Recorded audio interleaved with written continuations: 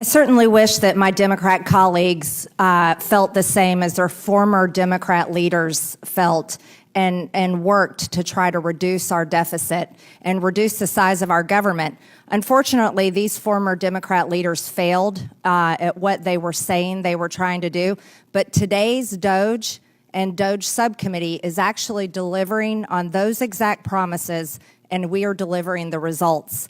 It's too bad that my Democrat colleagues constantly mock DOGE, attack DOGE, criticize DOGE, and criticize the hardworking people in DOGE. They also attack this committee and attack what we're all about.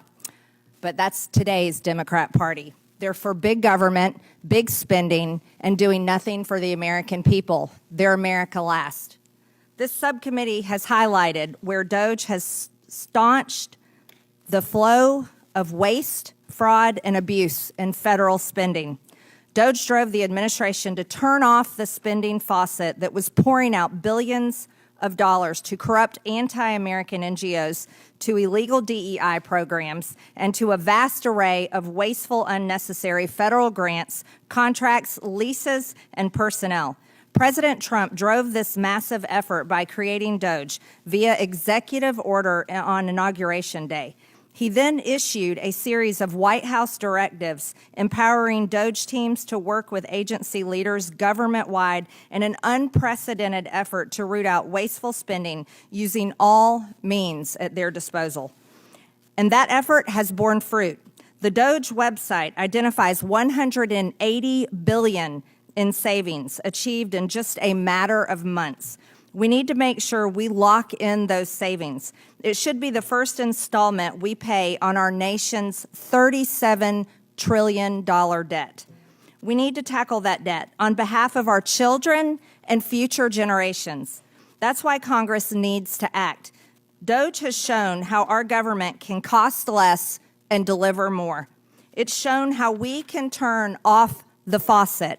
It's shown we don't need to spend all the dollars that Congress appropriated for this year. Congress can reverse that unnecessary spending by rescinding dollars it's appropriated. Unfortunately, as my friends across the aisle in the GOP and their Heritage Foundation witnesses are still trying to make DOGE happen yet again, the American people are over it.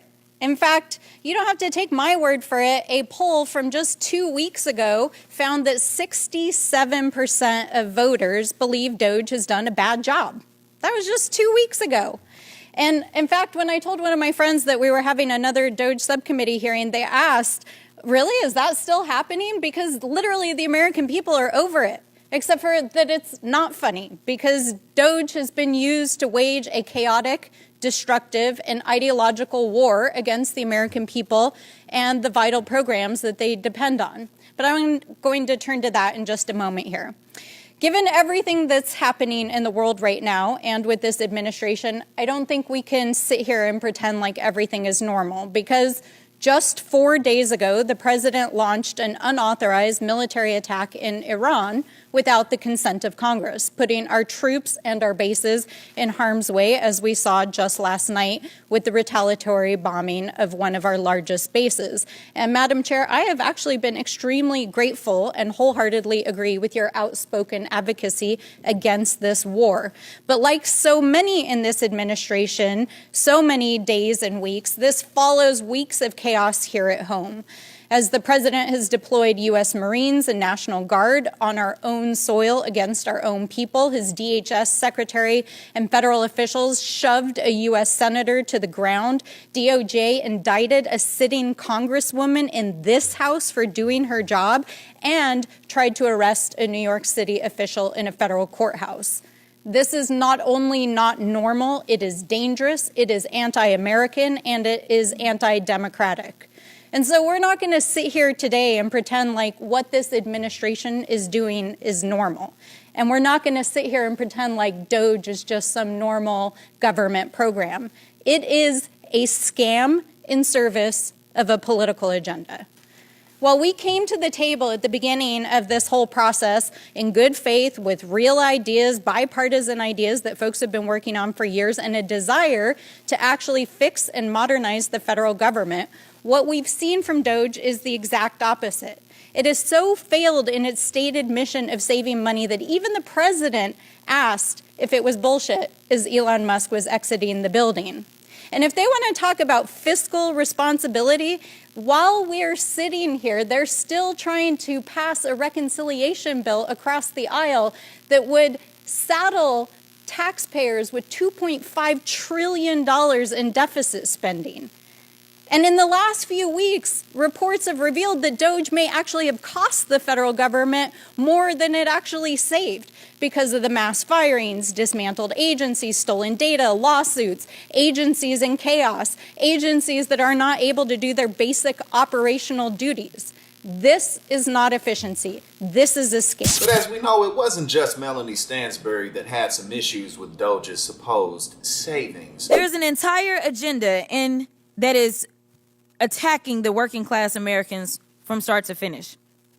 And then the thing is, they told us that they were going to do this, but, they pretended as if they knew nothing about the playbook that was laid out by good old Heritage Foundation. All of this talk about lowering costs and reducing waste is absolute BS.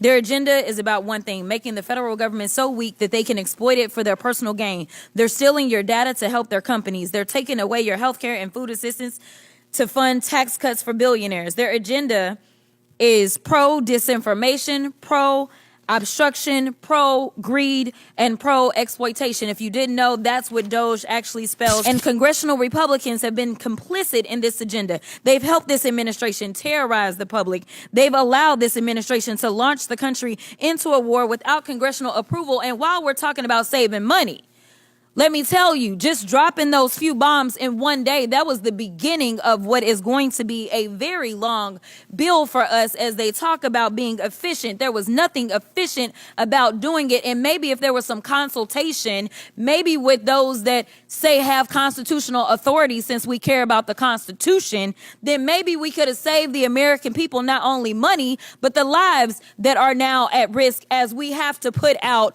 warnings for American citizens in this country and abroad. Maybe we need to start leading with the people at the middle of what it is that is guiding us instead of following one person.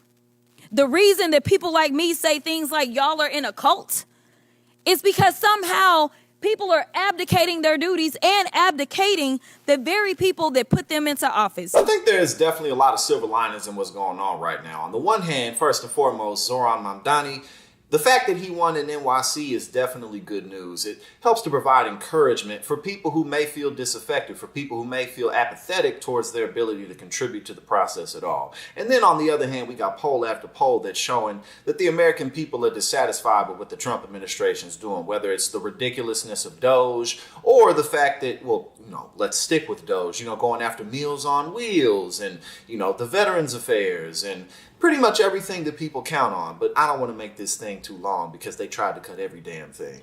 But moving on, the American people are not satisfied with what Donald Trump is doing with Iran. They're not satisfied with the LA protests and him sending the National Guard in.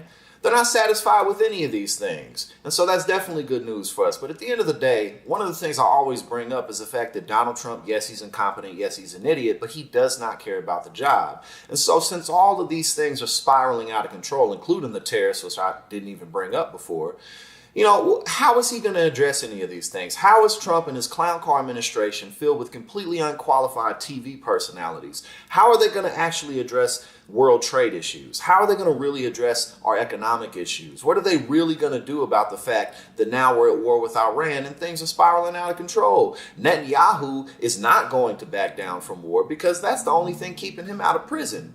So what are these clowns, what are these fools going to do about any of these things besides not a damn thing? So, that's really bad news, but it's also good news because we can get better people in the office. Now, I personally think that Donald Trump, I don't know if he's going to make it another 3.5 years, whether that be because he gets impeached or, he operates on a diet of McDonald's and Diet Coke pettiness, hatred, and bigotry. So, and don't forget the narcissism. But then again, narcissism keeps people alive forever, so he might live to be 203 years old.